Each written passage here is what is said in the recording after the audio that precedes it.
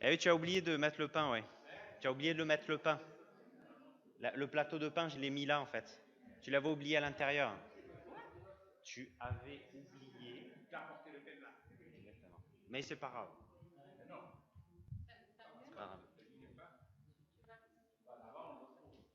Euh, Oui, je pense que oui. Oui, on peut faire ça. On peut faire ça. J'avais oublié ça, tu vois.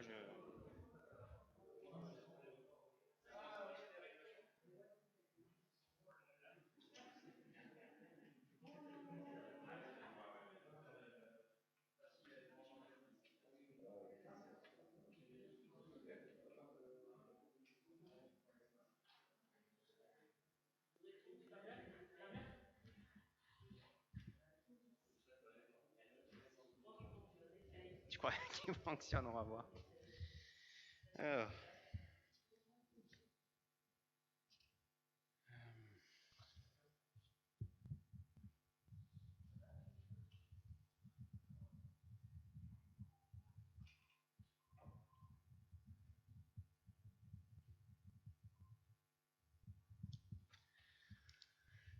bonjour à tous.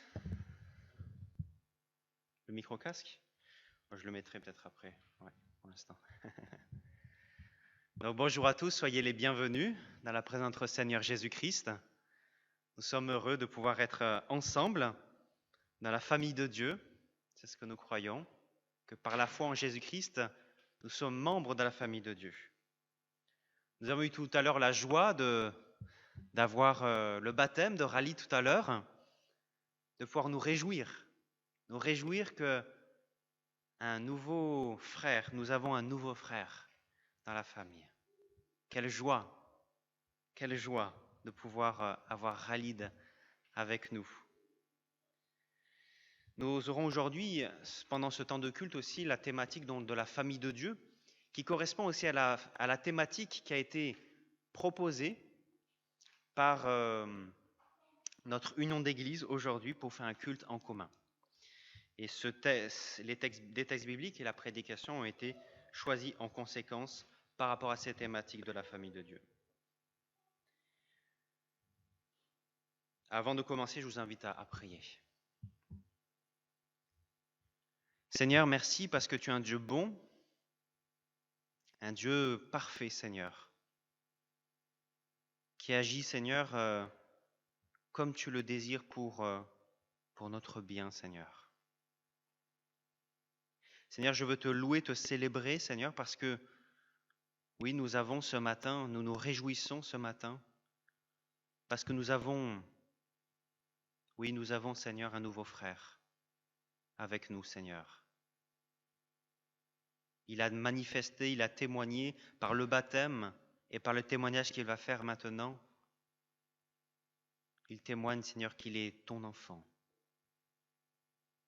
Seigneur, merci pour la famille que nous sommes. Seigneur, ce n'est pas nous qui faisons les relations dans la famille de Dieu, mais c'est toi qui les as faites à la croix. Que ce matin, nous puissions nous réjouir, Seigneur, nous réjouir de la famille que nous sommes. Sois loué et célébré dans le nom de ton Fils Jésus-Christ. Amen. La famille de Dieu, Jésus en parle. Ce n'est pas une famille, bien sûr, qui remplace la famille de sang, mais c'est une autre famille que nous avons. Jésus, en Matthieu chapitre 12, versets 46 à 50, nous parle de cette famille.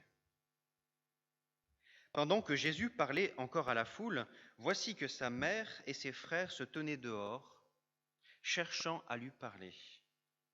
Quelqu'un vint lui dire, « Ta mère et tes frères sont là.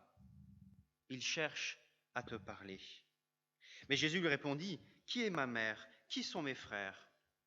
Puis désignant ses disciples d'un geste de la main, il ajouta, « Ma mère et mes frères les voici. Car celui qui fait la volonté de mon Père céleste, celui-là est pour moi un frère, une sœur, une mère. » Que le Seigneur soit loué, parce qu'il nous donne une nouvelle famille, la famille de Dieu, la famille qui vient du fait que nous obéissons à la parole de Dieu, que nous vivons selon sa parole.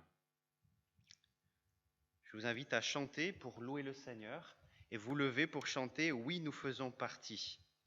Alors c'est un chant ça fait longtemps qu'on n'a pas chanté aussi, mais je vous propose de le chanter ensemble pour louer le Seigneur, pour remercier le Seigneur, pour la famille que nous sommes dans le Seigneur.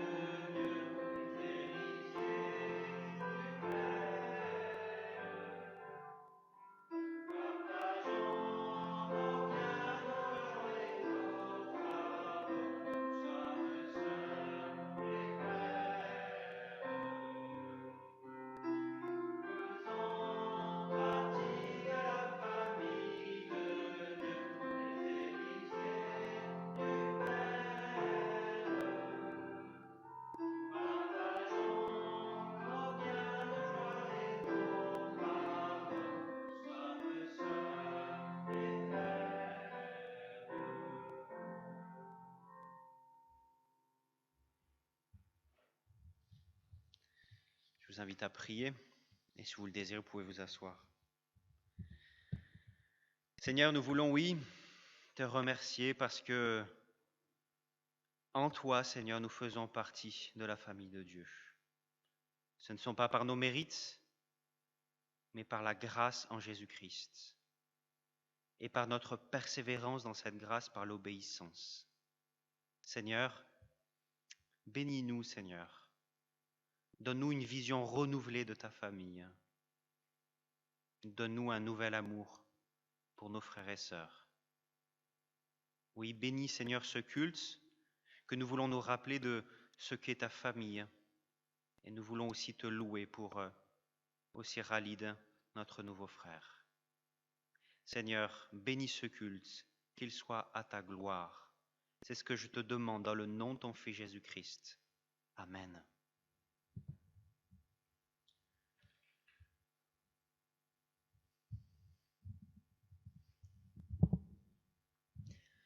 Faire partie de la famille de Dieu. Vous savez, dans notre société, on le voit malheureusement, aujourd'hui, notre société, elle est beaucoup dans les droits. J'ai droit de faire ça, j'ai droit de faire ça, et on a beaucoup de droits. Mais on oublie souvent aussi les devoirs que nous avons. Et c'est pareil dans la famille de Dieu.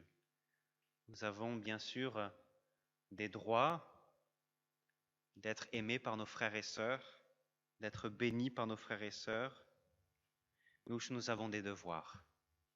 Nous avons des choses qui nous sont demandées dans la parole concernant le fait d'être famille de Dieu. Et souvent, dans les épîtres, dans les lettres, il est dit souvent les uns les autres. Aimez-vous les uns les autres. Portez les fardeaux les uns des autres. Et plein de choses comme cela qui nous sont dites dans la parole. Voici ce que nous dit Galates chapitre 6, versets 2 à 5. Je vais simplement que lire le verset 6, verset 2. Aidez-vous les uns et les autres à porter vos fardeaux. De cette manière, vous accomplirez la loi du Christ. Nous devons nous porter les uns les autres, porter nos fardeaux. Ça ne veut pas prendre la place de l'autre, peut-être dans sa peine, dans sa difficulté, parce que chacun doit la porter, chacun. Mais en même temps, nous devons être des aides mutuelles, les uns pour les autres. Nous devons nous aider, nous aimer les uns les autres. Nous avons cette responsabilité qui est commune, se soucier que tous soient aimés et aussi individuellement. Que Dieu nous aide à cela parce que nous savons bien que face à cela, nous sommes bien pécheurs et que nous avons besoin de progresser pour nous aimer les uns les autres, pour porter les fardeaux des uns des autres, etc. Je vous invite à prier pour demander pardon au Seigneur. Seigneur, nous vous devons confesser devant toi que face à nos vies, nous sommes pécheurs. Et tout particulièrement dans ce domaine, Seigneur, d'être famille de Dieu, de nous aimer les uns les autres.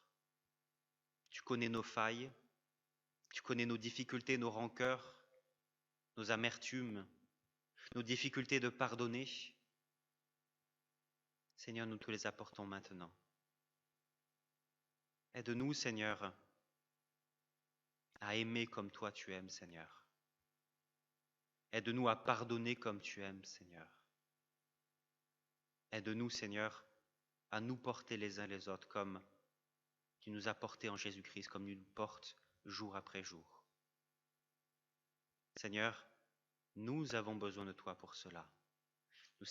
Nous en sommes bien incapables par nos propres forces, mais nous en sommes capables par toi, par la grâce qui coule de la croix. Seigneur, aide-nous chacun, aide-moi à aimer mon prochain, à aider mon frère, ma sœur, comme tu nous as aimés à la croix. Oui, c'est ce que je te demande, dans le nom de ton Fils Jésus-Christ. Amen. J'invite à rester assis comme une forme de prière pour dire à Dieu votre repentance face à la loi de Dieu. Et je vous invite à chanter « Si mon peuple s'humilie ».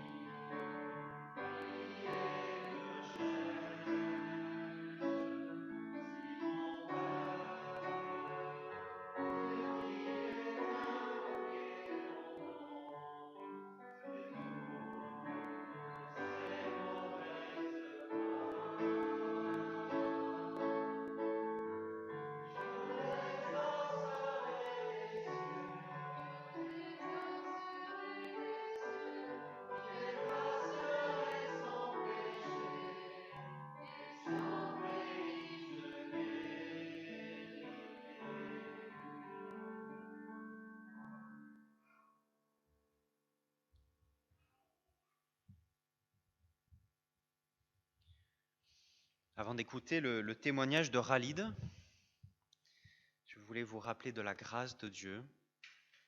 C'est en définitive ce que nous allons entendre dans le témoignage, tout particulièrement de Khalid, la grâce du Seigneur qui vient à la rencontre d'hommes et de femmes. Donc le psaume 103, versets 12 à 18.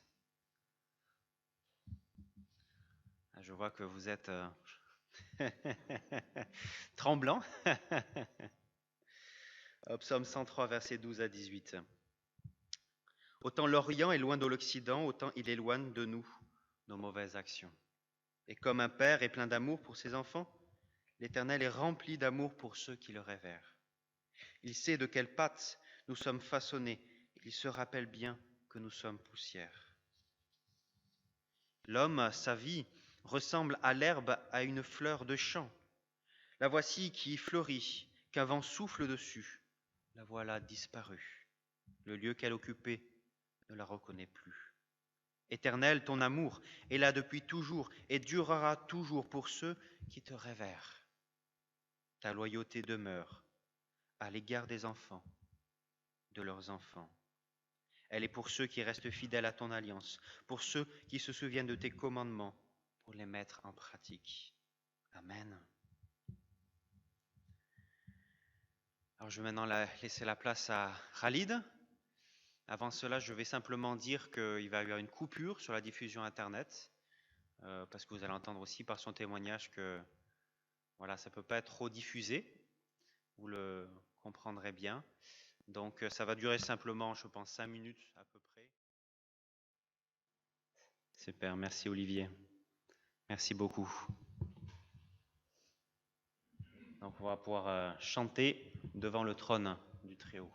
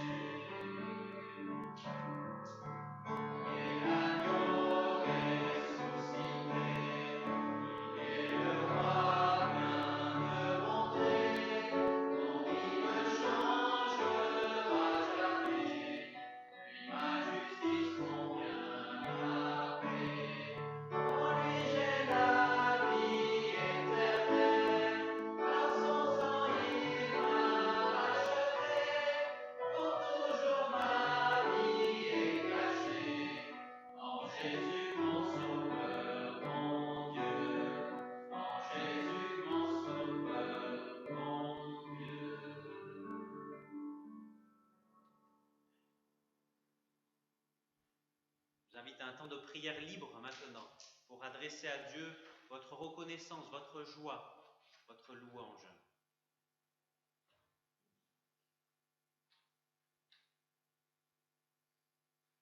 Oui, Seigneur, merci parce que vous êtes vraiment fidèle et juste. Tu as tout accompli sur la croix pour chacun de nous.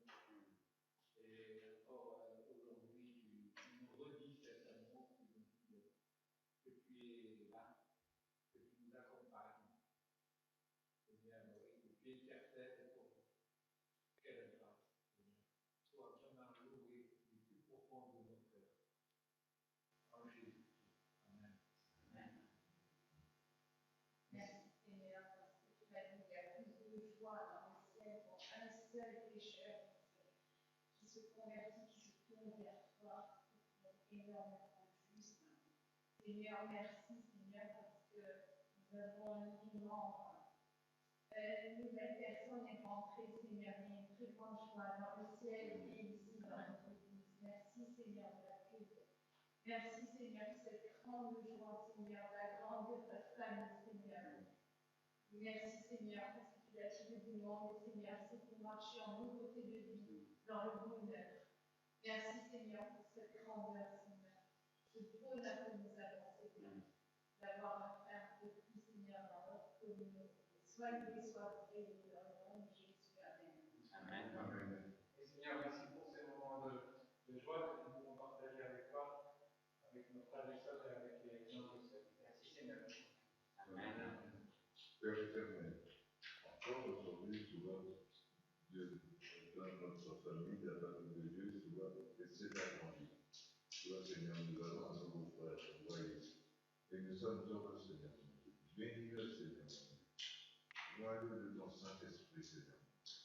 Tu sais certainement que dans sa vie, sa nouvelle vie, certainement, il aura des efforts, des difficultés, des combats. Mais tu seras toujours avec lui, c'est l'essentiel.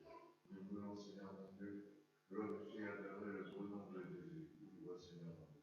Il a loin de ton Saint-Esprit. Il s'est donné à toi, Seigneur mon Dieu. Il a confessé le nom de Jésus. Il s'est engagé avec toi dans les eaux du baptême. Oh Seigneur mon Dieu. C'est un merveilleux frère, sœur. Bénis le sanctifie-le, Seigneur. Et que toute sa vie, il soit toujours avec toi, que tu sois toujours avec lui. Merci Seigneur mon Dieu. Et que sa vie, durant sa vie, il soit un témoignage.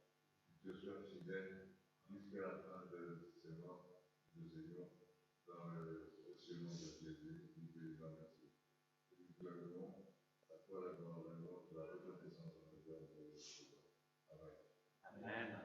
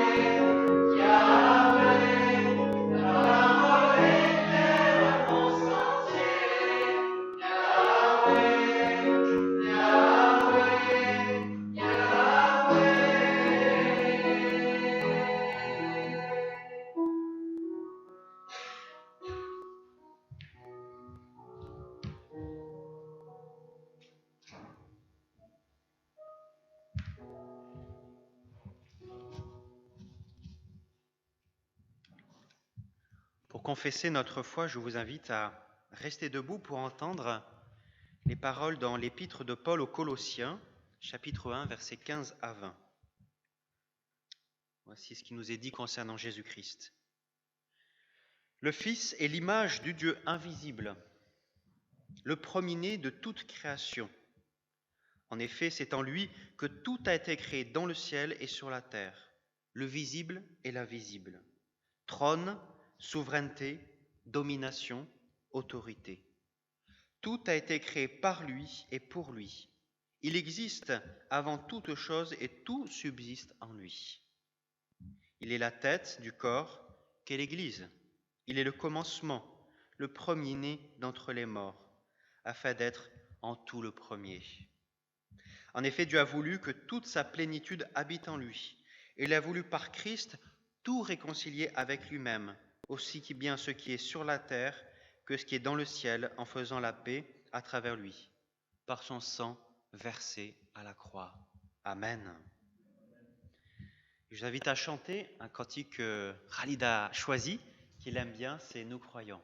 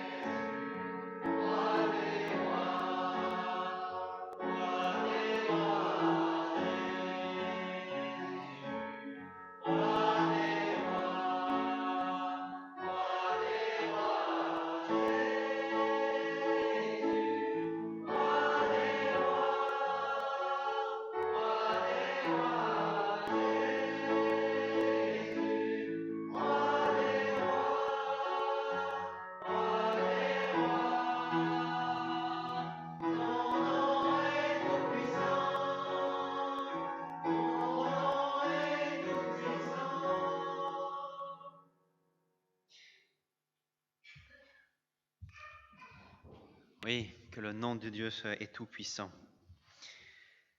Je vous invite maintenant à pouvoir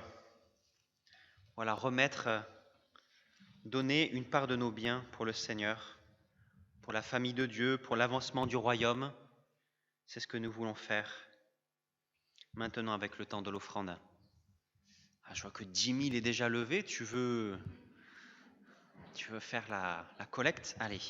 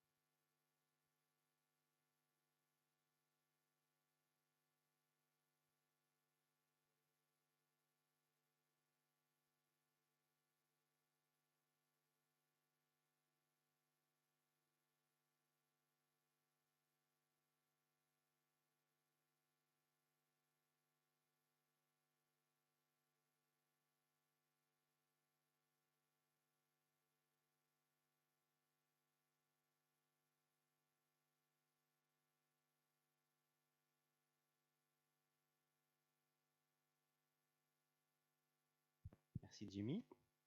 Ça marche pas. Ah. 1, 2, 1, 2. Vous entendez? Vous m'entendez? 1, 2. Ah, peut-être vous m'entendez un peu plus. Donc je vous invite maintenant à un temps de prière. Nous allons prier pour cette offrande. Oui Seigneur, nous voulons Seigneur te remercier pour tout Seigneur. Parce que nous savons Seigneur que tu nous donnes le salut en Jésus-Christ. Mais tout ce que nous avons Seigneur dans ce monde, c'est toi qui nous le donnes. Seigneur, oui. Que ce soit les événements, que ce soit nos biens, tout. Tu es souverain sur toutes choses. Seigneur, merci pour cela. Et Seigneur, je veux vraiment te dire, Seigneur, nous voulons te dire à travers cette offrande, te dire merci. Nous voulons, en définitive, t'adorer à travers cette offrande et te dire merci. Que gloire te soit rendue pour tout ce que tu es et tout ce que tu as fait en Jésus-Christ. Tout ce que tu as fait et tout ce que tu feras encore, jusque dans l'éternité. Je te prie cela dans le nom de ton Fils Jésus-Christ. Amen.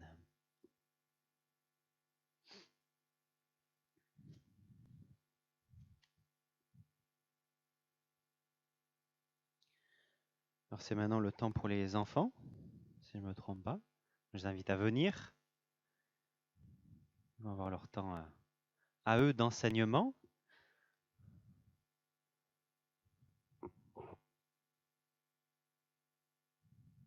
Donc on va prier pour eux. Ah, il y a Yael, la retardataire. Ah, elle est contente. Là, c'est... Ah bon? Ah ben non. Ah, c'est les chaussures, d'accord. Bon, eh ben dis donc, hein. Tu fais ta star, hein? Tout le monde t'attend. Bon, allez, on va prier pour elle, je crois. Euh.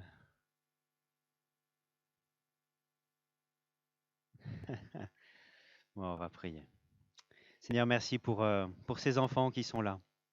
Merci pour ce qu'ils sont, Seigneur. Merci pour ce que tu leur as donné d'être, leur qualité, leurs compétences, tout ce qu'ils peuvent être, Seigneur. Vraiment, merci pour cela. Parce que nous savons que chaque enfant a sa propre personnalité, son propre caractère. Et merci pour ce qu'ils sont, Seigneur. Vraiment, merci pour cela.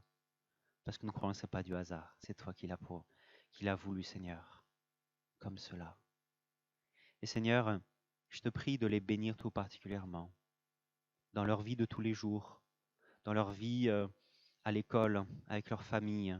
Bénis-les, Seigneur. Et surtout qu'ils puissent trouver, Seigneur, cette grande bénédiction de te connaître, d'avoir cette relation personnelle avec toi, avec leurs frères et sœurs. Seigneur, c'est ce que je te demande pour ces enfants, qu'ils puissent te rencontrer, qu'ils puissent connaître ce Dieu si merveilleux que tu es, tel que tu te révèles dans ta parole.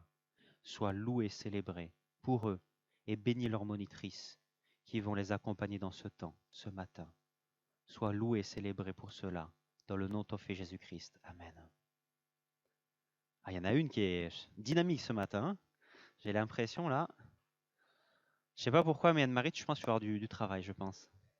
Tu vas avoir du travail.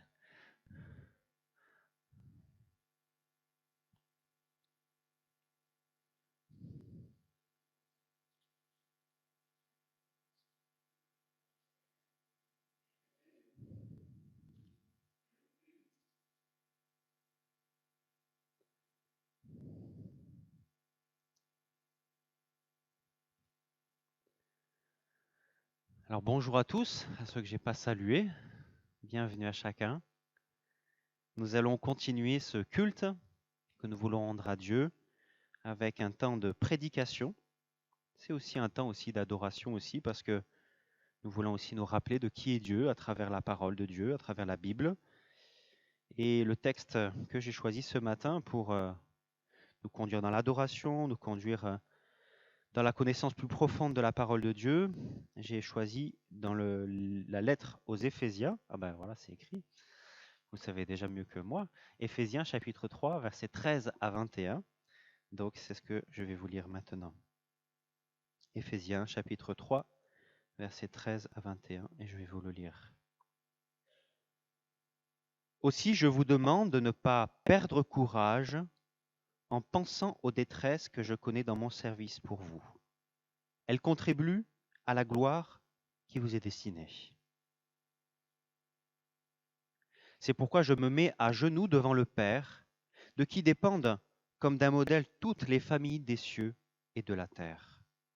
Je lui demande qu'il vous accorde, à la mesure de ses glorieuses richesses, d'être fortifié avec puissance par son esprit dans votre être intérieur. Que le Christ habite dans votre cœur par la foi, enraciné et solidement fondé dans l'amour. Vous serez ainsi à même de comprendre avec tous ceux qui appartiennent à Dieu combien l'amour du Christ est large, long, élevé et profond. Oui, vous serez à même de connaître cet amour qui surpasse tout ce qu'on peut en connaître, et vous serez ainsi remplis de toute la plénitude de Dieu.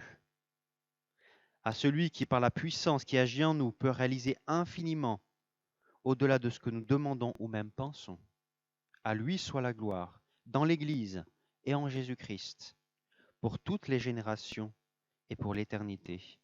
Amen. Je vous invite à prier. Seigneur, nous avons besoin de toi. Nous avons prié, Seigneur, tout à l'heure pour les enfants, parce que nous avons besoin de ton Saint-Esprit, Seigneur, pour comprendre ta parole, pour que tu nous éclaires nos esprits, nos cœurs, pour arriver à comprendre ce que tu veux nous dire ce matin. Nous croyons que la Bible n'est pas un vieux bouquin qui ne sert plus à rien, qui ne serait plus pertinent pour nous aujourd'hui. Nous croyons qu'il est pertinent pour nous aujourd'hui, qu'il aborde des sujets tellement pertinents pour nous aujourd'hui, et qu'il est vivant, Seigneur, par ton Saint-Esprit, Seigneur. Seigneur, oui, c'est ce que nous, Seigneur, nous sommes reconnaissants pour cela. Seigneur, que ce matin, oui, ta parole nous transforme. Que ta parole, Seigneur, oui, nous transforme et nous dirige, nous bénisse ce matin. Pour être encouragés, mais pas seulement pour ça. Pour ressembler toujours plus à toi, Jésus-Christ. Pour être de plus en plus saint comme toi, tu es saint. Seigneur, bénis ce temps, Seigneur, de prédication, de méditation de ta parole. Que tu sois honoré et glorifié. Oui, je te prie cela dans le nom de ton Fils Jésus-Christ. Amen.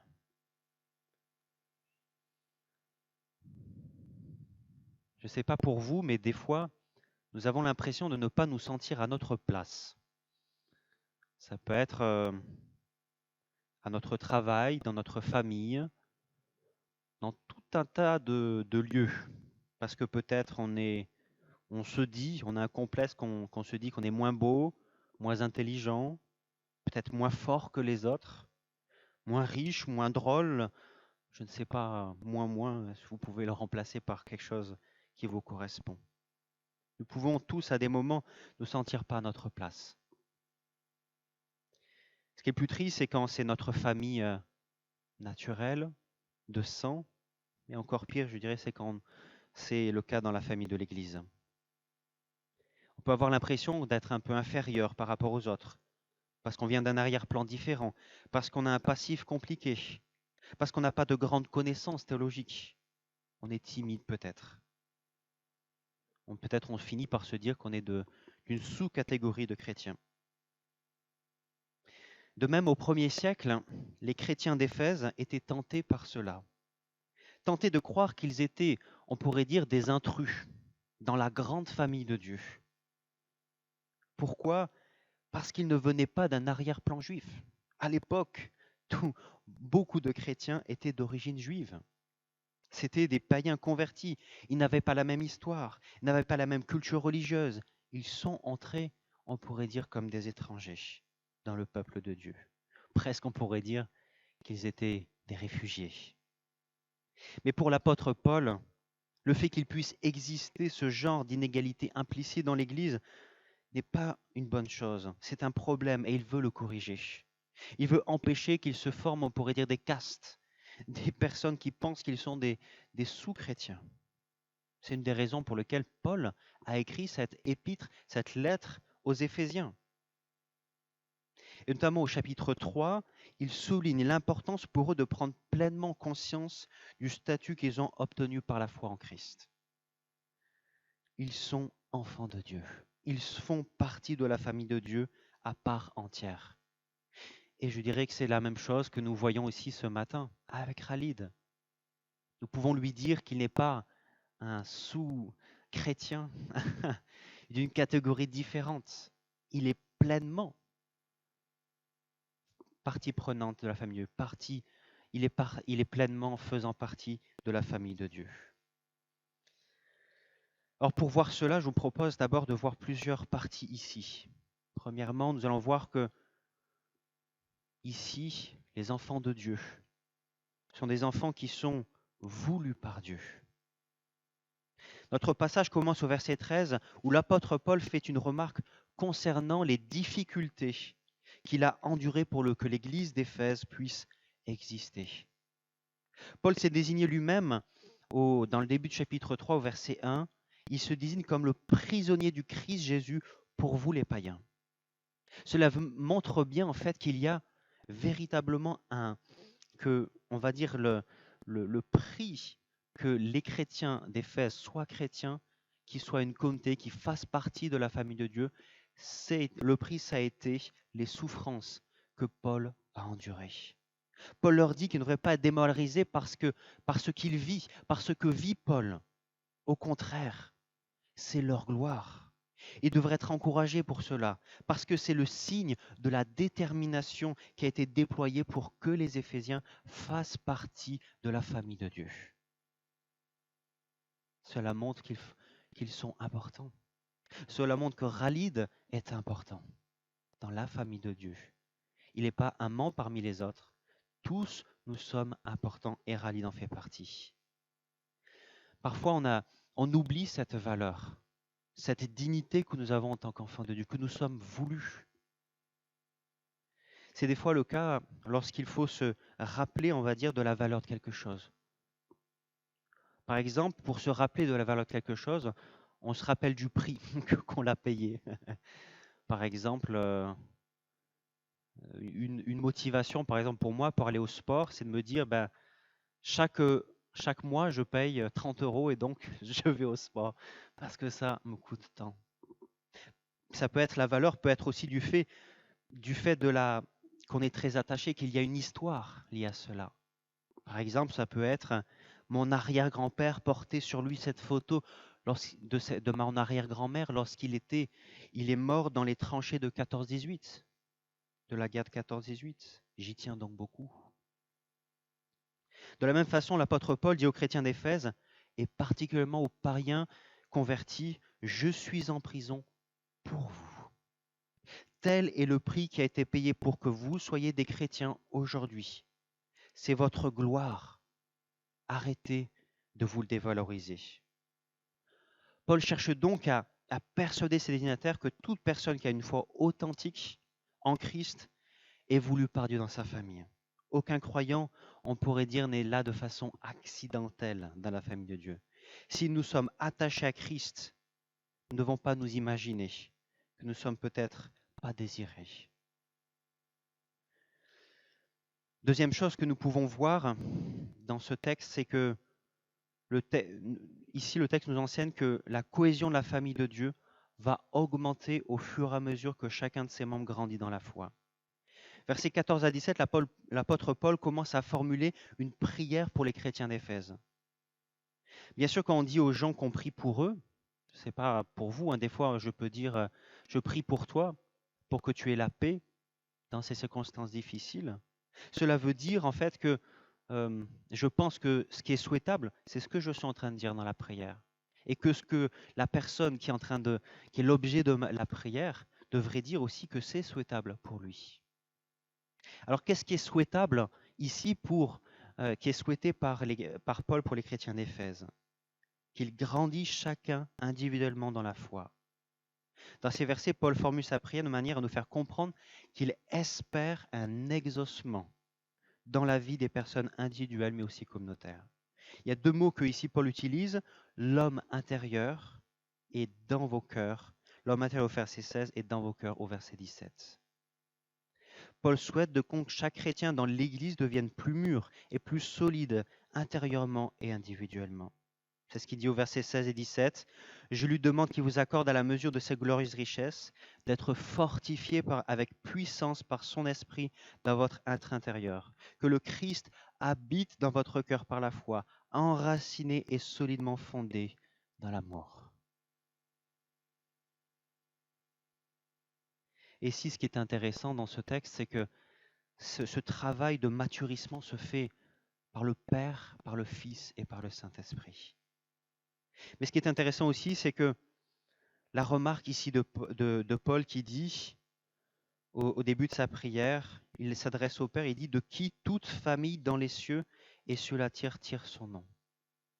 Il dit en définitive que par la grâce générale de Dieu sur tous les hommes, toutes les familles sont tirées du modèle qu'il y a dans le Père éternel, dans le Père qui est notre Dieu. Et donc, en définitive, que les païens, même avant de rentrer dans la famille de Dieu, étaient déjà l'objet de la grâce de Dieu. Et maintenant, ils sont l'objet de la grâce spéciale, de la grâce en Jésus-Christ. Ils font partie maintenant de la famille de Dieu.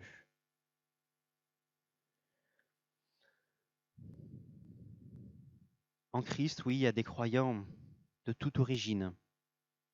De toute origine. Nous avons un Marocain qui nous a témoigné, des Français, des Brésiliens, des Britanniques, des Camerounais, des personnes de toute nationalité qui peuvent faire partie de la famille de Dieu. Quelle grâce! Et ce qui est intéressant ici, c'est que nous voyons ce lien qu'il y a organique entre Christ et l'Église. Cela veut dire que lorsque nous grandissons avec le Seigneur, nous ne pouvons pas en fait grandir avec le Seigneur sans grandir dans ma relation, dans mon amour pour mes frères et sœurs. C'est quelque chose d'important. C'est-à-dire que je ne peux pas dire que je vis ma foi dans mon coin, vis ma vie dans ma foi, et tout particulièrement dans ces temps un peu particuliers de pandémie, on ne peut pas dire qu'on vit notre foi devant notre écran sans avoir de contact avec des frères et sœurs. Parce que Christ et l'Église sont une seule et même chose. Christ est la tête et l'Église est le corps. Et donc, par conséquent, si nous voulons progresser avec le Seigneur, dans notre relation personnelle avec le Seigneur, nous devons aussi progresser avec nos frères et sœurs, aimer plus nos frères et sœurs, aimer mieux nos frères et sœurs. Alors, est-ce que nous souhaitons ce qui est souhaitable d'après ce texte? Est-ce que nous soignons notre vie intérieure en faisant bon usage des moyens de grâce que Dieu nous a donnés? Est-ce que nous cherchons perpétuellement à mieux connaître Christ afin qu'il habite véritablement dans nos cœurs? Est-ce que nous cherchons au fur et à mesure de nos progrès dans la foi à mieux aimer mon frère et ma sœur? Troisièmement, ici, le texte nous enseigne que c'est en comprenant mieux l'ampleur de l'amour du Christ que la famille de Dieu deviendra ce qu'elle est censée être. Ici, pour parler de l'amour, Paul utilise, on pourrait dire la 4D. Je crois que c'est ça, hein, Paul, tu pourras me corriger. Longueur, largeur, hauteur, profondeur. Ici, Paul nous exprime cet amour pour montrer toute l'immensité de l'amour de Dieu. Ces 4 dimensions qui sont là. Ici, il nous est montré quelque chose. C'est que nous sommes appelés à vivre l'Église avec comme modèle l'amour de Christ. Et cet amour est long, large, profond, haut, tellement qu'il nous dépasse. C'est ce que nous sommes appelés à vivre. C'est ce que nous sommes appelés à réaliser, la hauteur, la longueur, la profondeur, la largeur de l'amour de Dieu. Et c'est grâce à cela que nous pourrons aussi, donc, vivre l'Église de Jésus-Christ. Et je pense que trop souvent, je ne sais pas pour vous, mais trop souvent, des fois, je suis étonné de ce que Dieu fait. Je prévois d'une certaine façon les choses et Dieu, pouf, il change les plans. Son amour me dépasse J'aurais pas pensé que telle ou telle personne aurait pu être touchée par l'évangile, pourtant c'est le cas. Des fois, on se dit, pour des musulmans, c'est difficile de pouvoir écouter l'évangile, de pouvoir le recevoir.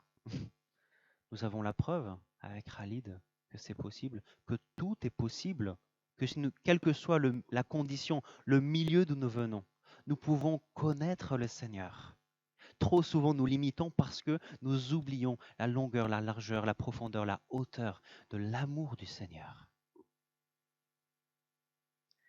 De la même façon, l'apôtre Paul, ici, a à cœur que les croyants d'Éphèse comprennent vraiment l'amour grand, ici, qu'il a pour les chrétiens d'Éphèse. Et cet amour a été tellement grand que Christ est mort pour nous. Paul a dit un peu plus haut dans sa lettre aux Éphésiens, Dieu est riche en miséricorde et à cause du grand amour dont il nous a aimés, nous qui étions morts par nos fautes, il nous a rendus à la vie avec le Christ. Voici l'ampleur de l'amour du Christ. Il a voulu racheter une multitude d'hommes et de femmes, d'enfants de toute origine, en payant lui-même par son sang à la croix. Par la foi, oui, nous sommes en Christ, nous sommes réconciliés avec Dieu, puis avec les autres. C'est pour ça qu'il y a ici quelque chose d'étonnant ici. Ici, Paul prie pour les chrétiens comprennent mieux quelle est l'ampleur de l'amour du Christ. Il demande qu'ils soient capables de connaître qui surpasse toute connaissance. C'est marrant, hein? Donc il y a quelque chose qui nous dépasse complètement, cet amour extraordinaire. Et on peut le comprendre en fait que par le Seigneur, que par le Saint-Esprit. C'est que le Saint-Esprit qui peut nous permettre de comprendre cet amour qui nous dépasse complètement. C'est en comprenant mieux l'ampleur de l'amour de Christ que la famille de Dieu deviendra ce qu'elle est censée être, une famille nombreuse, diverse et surnaturellement unie par Jésus-Christ. Et dernièrement, mon dernier point, ce texte nous enseigne que l'Église, en tant que famille de Dieu, a une vocation absolument prodigieuse. Au verset 20 et 21, il y a cette doxologie qu'on appelle, c'est-à-dire des paroles de louange au sujet de Dieu. Et en prononçant ces paroles, il veut souligner la portée incroyable du projet de Dieu qui concerne les croyants.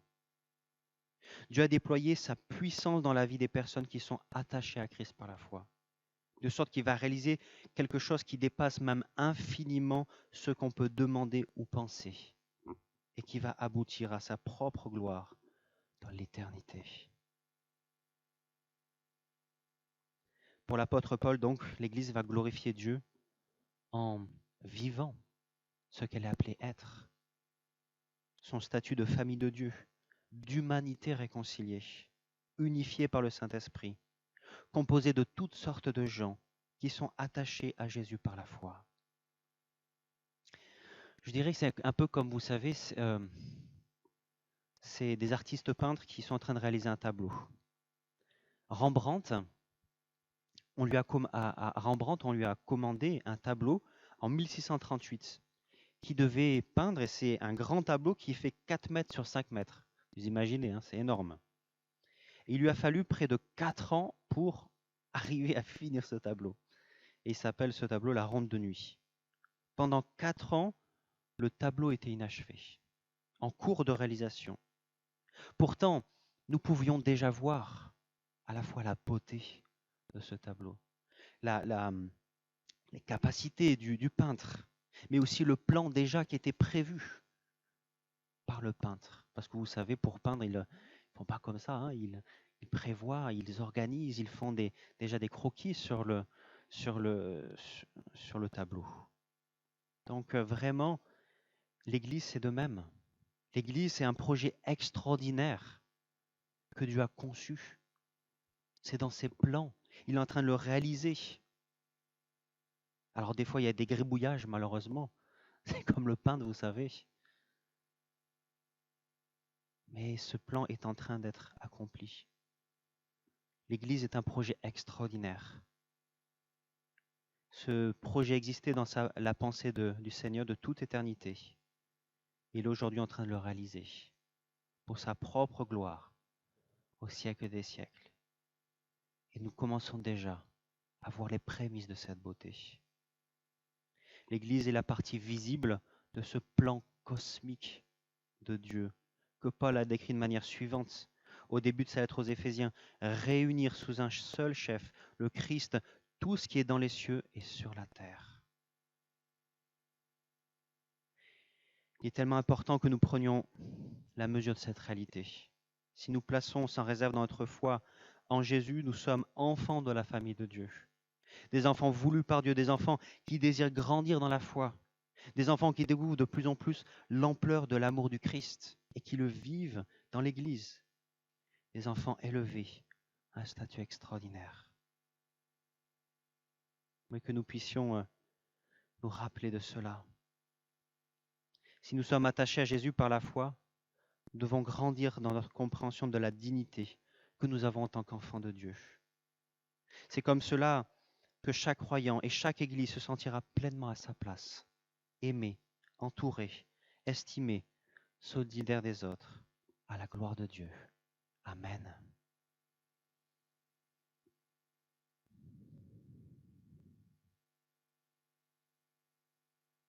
Je vous invite à un temps de silence pour pouvoir avoir le temps de prier, le temps de réfléchir à ce que la parole de Dieu nous dit ici ce matin.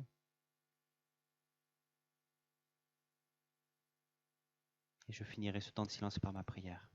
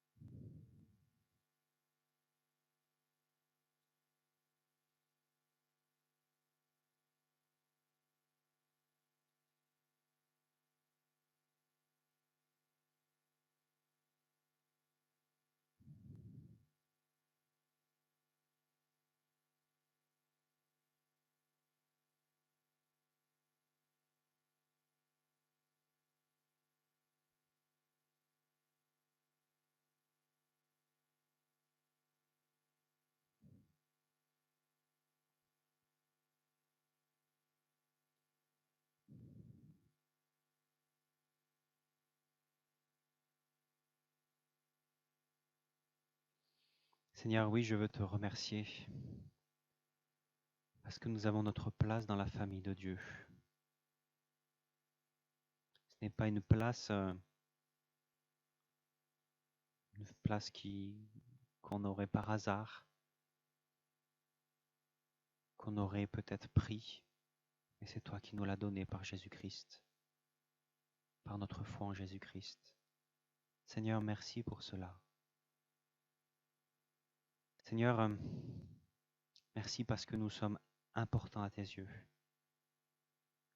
Merci pour ton amour si extraordinaire que tu as montré à la croix, cet amour si haut, profond, large. Seigneur, merci pour cela. Cet amour qui nous dépasse. Aide-nous à en prendre conscience, que ton Saint-Esprit nous aide à prendre conscience de toute la grandeur de ton amour. Seigneur aussi, que nous ne nous contentions pas de grandir dans notre amour pour toi, mais que nous grandissions aussi dans l'amour pour nos frères et sœurs. C'est plus difficile parce que les autres sont pécheurs autant que moi.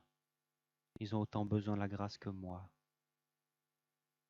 Seigneur, aide-moi, aide-nous à aimer notre prochain, notre frère et notre sœur, comme tu nous as aimés.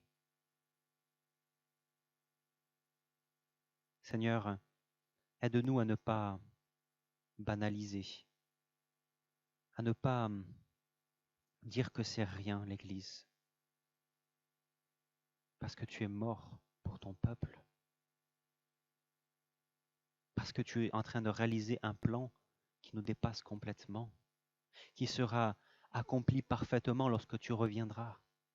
Mais nous pouvons déjà voir les traces de ce plan en nous, les esquisses, Seigneur, de ton plan dans ton Église. Seigneur, merci pour cela. Vraiment, bénis-nous, Seigneur, et aide-nous à vivre cet amour, Seigneur, et à toujours nous rappeler que nous sommes aimés de toi, et que aimés de toi et que nous devons t'aimer. Nous devons te mettre à la première place. Seigneur, aide-nous dans notre obéissance à toi, à la suite de ton obéissance à la croix. Je te prie pour cela dans le nom de ton Fils Jésus-Christ. Amen. Donc c'est le temps maintenant de la Sainte Seine, du repas du Seigneur.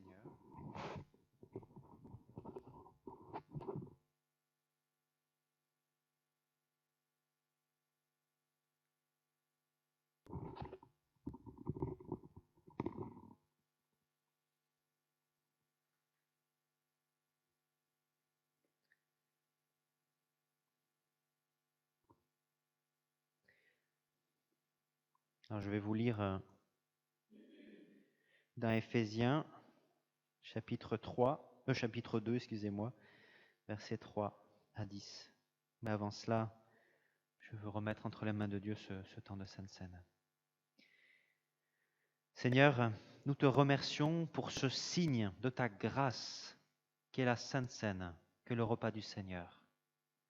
Seigneur, merci parce que c'est un des deux ordres que tu nous as donnés, demandé, Seigneur, de faire, le baptême et le repas du Seigneur. Tu nous l'as demandé, Seigneur, et nous le voulons donc le faire à chaque fois que nous nous réunissons pour te rendre gloire, pour t'honorer, te glorifier. Seigneur, oui, nous voulons faire cela par obéissance, mais aussi par reconnaissance, Seigneur. Te dire merci pour ta grâce en Jésus-Christ. Seigneur, nous voulons aussi prendre ce temps pour être en communion avec toi. Bénis ce temps de repas du Seigneur. Que ce temps soit à ta gloire, qu'il participe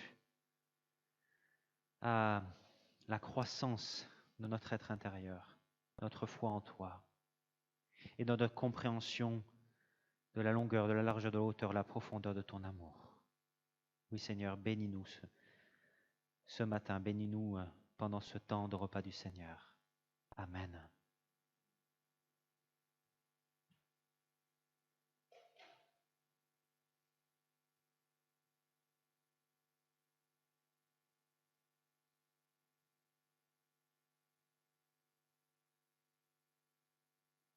Alors, je vous invite à vous lever pour prendre le repas du Seigneur. Tu veux pas?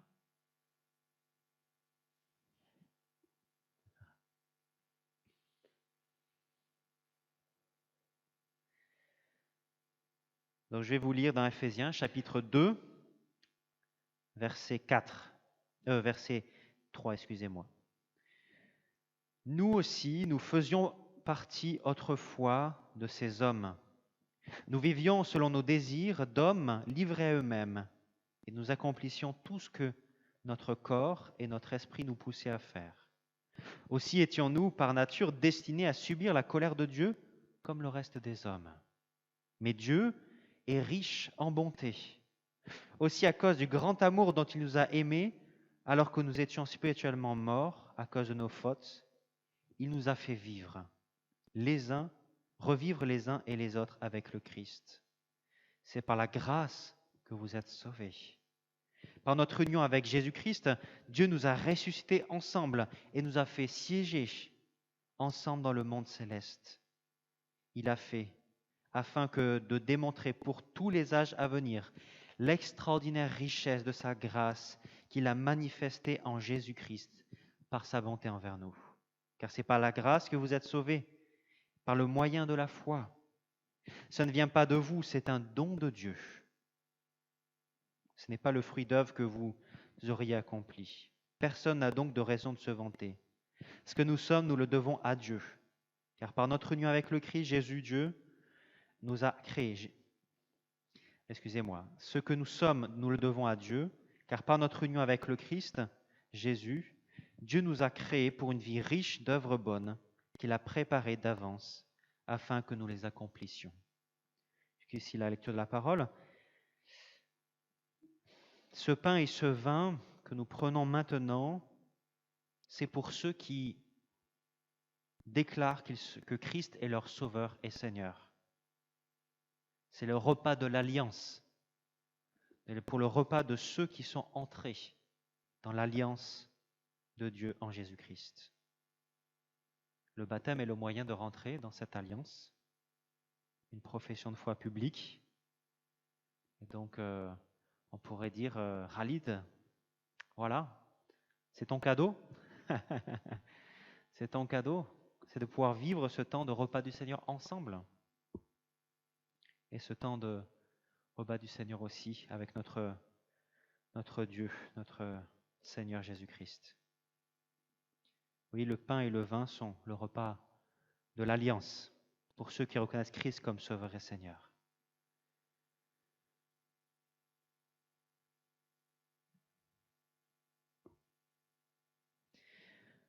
Voici le pain que nous rompons, qui est la communion au corps de notre Seigneur Jésus-Christ, qui s'est donné pour nous. Voici des petites coupelles de vin, qui est la communion au sang de notre Seigneur Jésus-Christ, ce sang qui a coulé à la croix pour nous. Que Dieu soit béni pour cela. Amen. Je vais maintenant distribuer le pain et le vin. Je vous demanderai lorsque vous prendrez votre pain et votre vin, d'essayer de ne pas toucher ni le pain d'à côté, ni le pain à gauche, ni le pain à droite.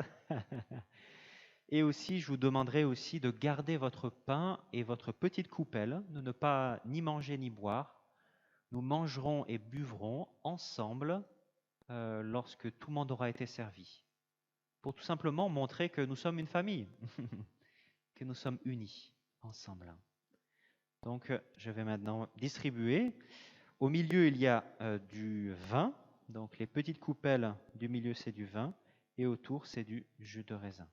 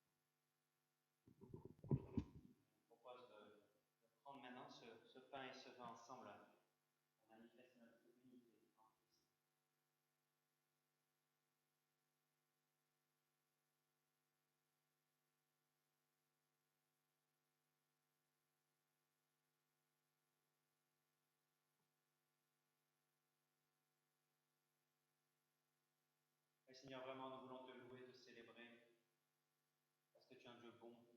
Nous ne méritons pas, Seigneur, tout cela. Nous ne méritons pas ta grâce en Jésus-Christ, nous ne méritons pas, Seigneur, ce Dieu si provident, ce Dieu si bon que tu es envers nous. Quand tu l'es, Seigneur, et vraiment, on ne peut que te remercier, que te louer, te célébrer, Seigneur. Nous voyons cela de façon manifeste à la croix. Nous étions tes ennemis, nous étions séparés de toi, nous méritions la colère à cause de nos fautes. Non. Pourtant, Seigneur, tu es venu dans ce monde. Tu n'es pas venu, Seigneur, pour des gens qui se croient justes. Tu es venu pour des personnes, des pécheurs, qui savent qu'ils sont pécheurs et qu'ils reconnaissent que leur seul espoir, c'est toi. Seigneur, c'est dans cet esprit que nous venons à toi et que nous disons merci. Gloire te soit rendue, Seigneur, pour cette grâce si extraordinaire, si merveilleuse. Sois béni et célébré dans le nom de ton Fils Jésus-Christ.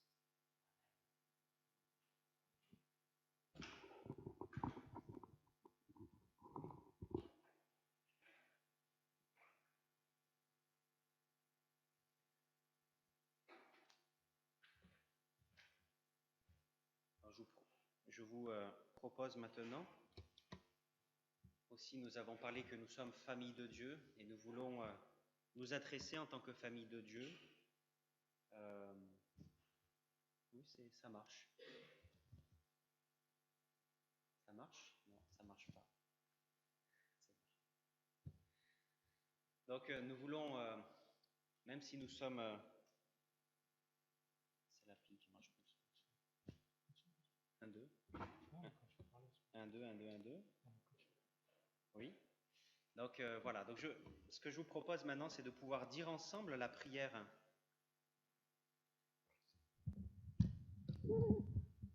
On va pouvoir dire ensemble la prière. Je vous invite à rester debout pour dire ensemble la prière du Notre Père que notre Seigneur nous a enseignée.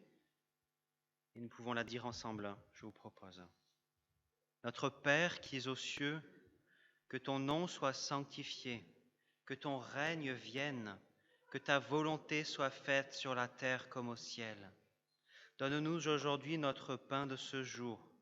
Pardonne-nous nos offenses, comme nous aussi nous pardonnons à ceux qui nous ont offensés.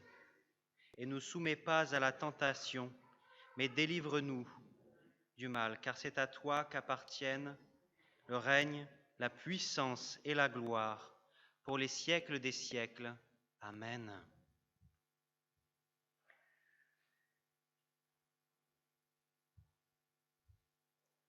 Je ne sais pas s'il y a Catherine ou peut-être qu'elle va me prendre...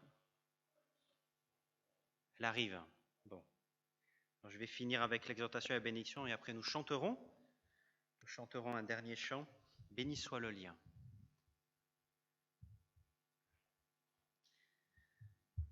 Persévérez dans l'alliance que vous avez en Christ. Christ est votre lumière. Soyez et restez dépendants en toutes choses du Seigneur, particulièrement pour prendre les bonnes décisions. Laissez-vous sonder chaque jour par sa parole toute pure. Laissez-vous émonder pour porter beaucoup de fruits à la gloire de Dieu. Christ bâtit son Église. Soyez vigilants et audacieux. Persévérez dans la prière et l'édification mutuelle en lui. Consacrez-vous à la parole de Dieu qui révèle le Christ.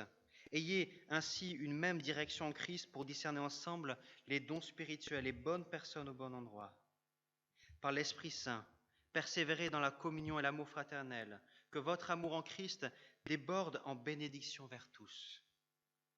À celui qui, par la puissance qui agit en vous, peut faire infiniment au-delà de tout ce que vous demandez ou pensez, à lui la gloire dans l'Église et en Jésus-Christ, dans toutes les générations et au siècle des siècles. Amen. Alors ils ont un petit chant, c'est ça? Allez. On va écouter les enfants. Je vous invite à vous asseoir pour écouter les enfants.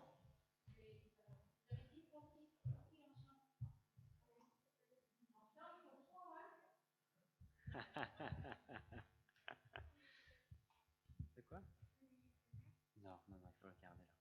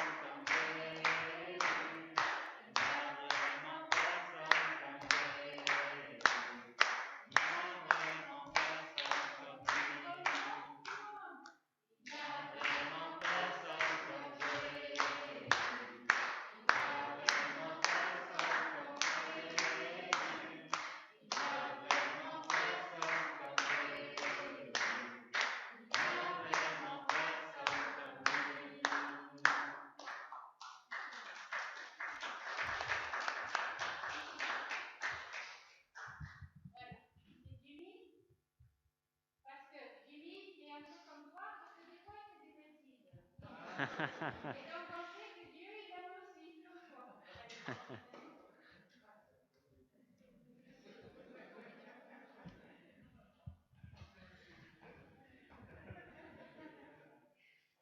Donc je vous invite maintenant à vous lever pour chanter un dernier chant. Un dernier chant. Et après sera le temps des annonces. Il y a un dernier chant.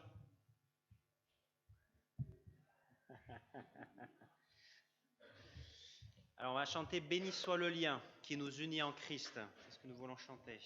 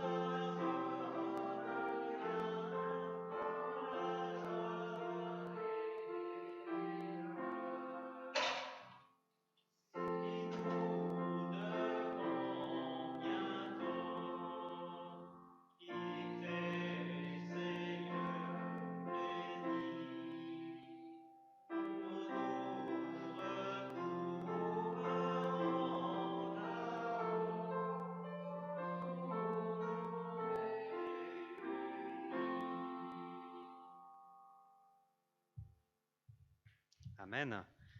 Simplement vous dire 2-3 annonces, je vous invite à vous asseoir. 2-3 annonces très rapides. Simplement mardi, continuons l'étude biblique avec, donc nous avons fait l'évangile de Luc, comme l'a dit Khalid dans son témoignage, et nous allons pour les 2 prochaines fois faire les actes des apôtres sur la demande des uns et des autres. Ce sera sur les actes des apôtres.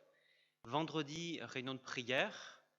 Et dimanche prochain, le culte ici, ça sera Jean-Claude qui fera la prédication. Voilà, je crois que c'est tout ce que j'avais à dire. La collecte alimentaire, si vous avez de la nourriture pour les étudiants, merci de les mettre ou de me les mettre dans ma voiture. Enfin voilà, venez me voir pour ça.